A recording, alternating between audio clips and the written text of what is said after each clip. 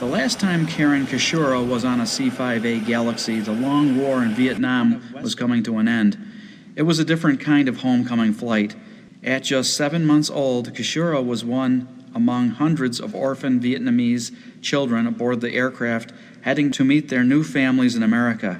Keshura's flight was the first of several under what would later become known as President Gerald Ford's Operation BabyLift. Just minutes after takeoff, a malfunction caused the cargo doors to blow out and the rapid decompression inside the aircraft. Ultimately, the pilot was forced to crash land the plane filled with passengers. And I came over here in 1975 on President Ford's BabyLift, which was an initiative that the United States had put together to get some of the babies out. And my parents went through Friends of Children, and they're an organization that helped with all kinds of outside country adoptions. So my mother was unable to have any other children after my sister, so they started the process of adopting a baby. And it took 3 years. And initially they had, once they went through all the paperwork, they had gotten notification that I would arrive in 4 months. So I'm almost like an Amazon, modern day Amazon baby. You got a picture in the mail, basically, said, do you want her? And then they went through all the paperwork and all that kind of stuff, but the war accelerated and Saigon was ready to fall. So basically there was a push that instead of 4 months, you literally had maybe 4 weeks. Well, they'd heard about the crash and they weren't sure where really I fell on that spectrum. So for a couple of days, everybody was kind of like, what's going on? And so I think it was Sunday morning, they had received word that I had survived. My dad went to work on the Monday and he literally was given maybe 8 hours notice to say, your child arrived in San Francisco, being escorted into JFK, and you need to get there. I don't know if it was necessarily survivor's guilt, but I just never liked to talk about it, Keshura said. A lot of lives were lost, a lot of babies were lost. Keshura was traveling in the upper troop compartment, which remained largely intact.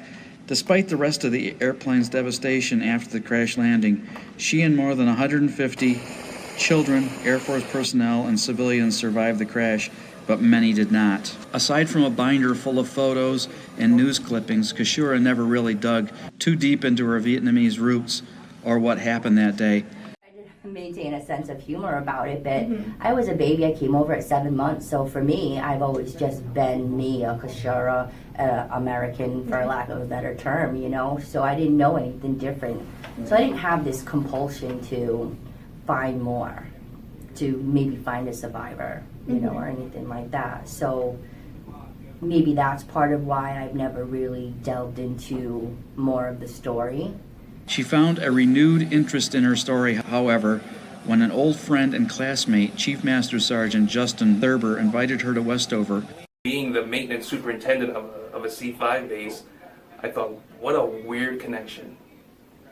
And it's a nice connection, because you sit there and you're like, I had someone that's distinctly affected by a C5, and I'm the maintenance superintendent at a C5 base. And the other thing, as I did research, I found out it was a C5A model. They have some reasons why it crashed or whatever, and it was maintenance related. So I said, you know what, we have a C5A that's leaving. It's going to be the last one in the Air Force inventory. It's going to the boneyard next month. And I said, well, maybe I'll invite her up. And that was kind of tough for me to do. It was kind of tough. I talked to PA about it. I said, hey, listen, I have a friend. They're like, oh, if she wants to come in, have her come in, because I want to get authorization to have you come up. But, for me it was difficult because I knew you for a while, and like I said, never knowing that happened, I was kind of, I don't know how you felt about it. Keshura graciously accepted Thurber's invitation to Westover, despite his hesitation to dive into an aspect of his friend's personal life that she had always kept to herself. This visit brought about my desire to know more, Keshura said. When I came here, I didn't just want to look at the planes. I wanted to be more than that. I wanted to connect with it. Emotion overcame Keshura as she and a group of her family members and friends climbed up the ladder to the troop compartment inside the C-5A. This closes that chapter for me. The best part of the experience was seeing one of Westover's C-5s soaring through the air. I had an enormous sense of peace seeing the plane take off and fly.